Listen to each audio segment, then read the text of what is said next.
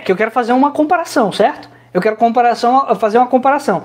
Vocês acham, veja, tudo que eu fiz foi bastante retórico. Aí eu pergunto para vocês, vocês acham que Lenin, ele chegou ao poder porque ele queria libertar a classe trabalhadora? Porque ele queria salvar os frascos e os comprimidos? Foi por isso que Lenin chegou ao poder? É porque ele tinha a inclinação pessoal de salvar a raça humana? Foi por isso que ele chegou no poder? Pergunto para você. Aqui que é o ponto importante. Tudo que eu construí anteriormente, né, era para você perceber. Não importa. Pronto. Pronto, era aqui que eu queria conduzir vocês. Não importa se Lenin era o anjo alado da salvação do planeta Terra, se ele era um canalha que só queria chegar no poder porque ele gosta de poder, ele queria se masturbar em casa, como eu sou poderoso. Não interessa. O fato é que a atividade dele promoveu um evento social, e é o evento social que nos interessa, e não o que estava na cabeça do cara. É óbvio que o que estava na cabeça do cara formula o tipo de atitude que ele vai tomar. É óbvio que isso formula, e que talvez seja importante, né? Seja o interesse, a psicologia dos chefes de Estado, talvez seja importante, talvez tenha um interesse, mas a base da ocorrência, não importa se o cara que fez isso, ele é pilantra ou se ele não é. O que importa é que a transformação chega, independente de ser por pilantragem ou não ser por pilantragem. É isso que o realismo político advoga para vocês. O realismo político, ele tenta mostrar para você, olha, meu amigo, não importa se a pessoa é do bem, se o Putin é do mal, se o Putin é do bem, se o Putin quer salvar as crianças. O que importa para você compreender a realidade política é entender quais são as bases do conflito. São as bases do conflito que vão te dar entendimento. E é por isso que a gente agora vai para Tucídides. Quando Tucídides vai narrando a história da formação de Atenas, ele não está narrando uma apologia de porque a Atenas é maravilhosa, nem também está narrando uma apologia de porque Atenas é desgraçada. Ele não está dizendo isso. Ele está tentando mostrar, olha, as condições de poder que estão dadas, as condições de disputa, vão criando essas características. Elas vão criando essas características. E aí essas características vão para uma emanação social e articulação de poderosos. E essas coisas são em comum. Por isso que eu brigo e sempre brigarei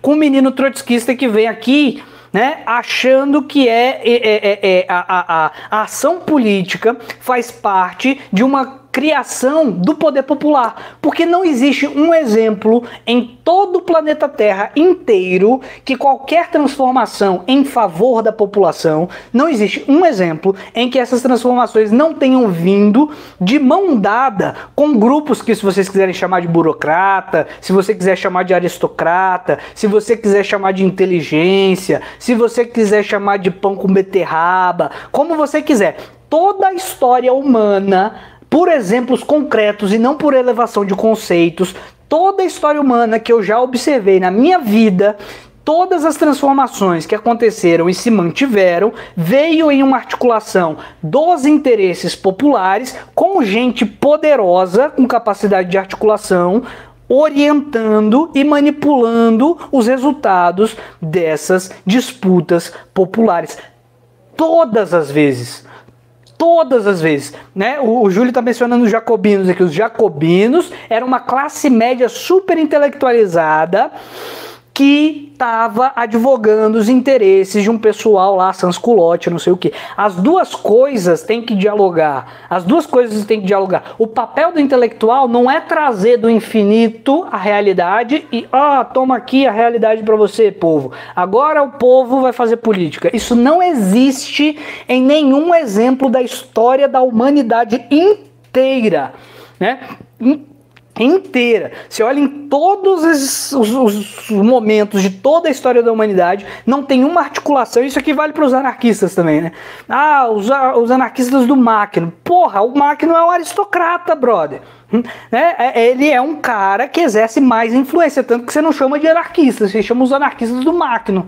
Né? Então, assim, em toda toda a realidade humana inteira, tem gente que se sobrepõe nas estruturas decisórias para fazer valer os interesses de certas pessoas mais pobres ou não, né? Aí é que é a disputa, né? A disputa é isso.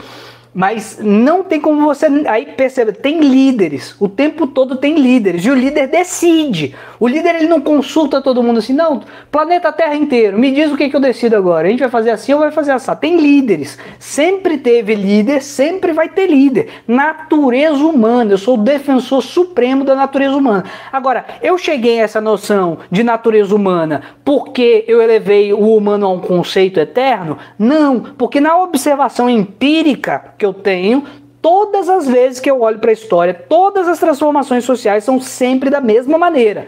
É uma população com interesses, indignada, virando vulcão, e um cara que percebe, olha, esse vulcão tem que tomar essa direção, e direciona. Um cara, ou 10 caras, ou 20 caras, ou 30 caras. Por que isso é assim? Né? Isso é assim porque Heráclito, meu parceiro, Heráclito, é porque a população não é uma massa amorfa, a população não é o povo. Dentro do o povo, ó, Heráclito voltando, existe contradição, existe pessoa que acha X e gente que acha Y, existe gente que acha X e gente que acha não Y. Então é por causa da estrutura da realidade. Olha o que eu tô falando. Eu vim lá do Heráclito para dizer isso para vocês, ó. Do lado do Heráclito, eu vim do Heráclito todo para dizer isso para vocês. Quando você caracteriza uma população dizendo assim, o povo não acha bosta nenhuma. O povo é só um nome que você está dando, para um conjunto de contradições, um conjunto imenso de discordâncias. A gente não concorda em nada, a gente não concorda em absolutamente nada, a gente é completamente diferente. Então o povo, a unidade que um conjunto de pessoas tem é efêmero. Por isso que precisa da liderança, porque a liderança não é porque ela é mais inteligente do que ninguém, é porque precisa haver uma instância institucional que lide o conflito. Se não tiver uma instância institucional que lide o conflito é inerente. O conflito é inerente. A gente diverge.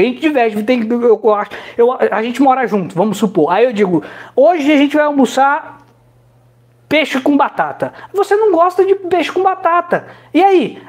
Não tem como a gente almoçar. Quer dizer, tem, né? Em certas ocasiões, tem como a gente fazer um peixe com batata e você fazer uma salada de beterraba, né? Tem como fazer as duas coisas. Mas tem situação que as duas coisas não coexistem. E aí é o princípio da não contradição aristotélica. Retórica, eu estou usando a retórica hoje. Não tem como, dentro de uma estrutura política, ela se manter sem instâncias decisórias. Porque a contradição vai vir e eventualmente essa contradição não é elegível, como a gente brincava aqui do negócio do casamento. Não tem como ser, casamento pode, é proibido e é permitido ao mesmo tempo. Isso não é possível. Então tem que ter uma instância que vai eleger ou casamento homossexual pode ou não pode. Não tem como as duas coisas coexistirem ao mesmo tempo. Por isso que a estrutura social cria uma estrutura de decisão. Tem que ter. Não tem como não ter. Isso é da natureza das coisas. Não tem como não ter. Sempre vão ter instâncias decisórias. Claro que as instâncias decisórias podem ter maior participação popular ou menor participação popular. Mas não tem como todo mundo decidir tudo. Por isso que precisa haver instituições. E sempre precisará. Em nome de Atena. Amém.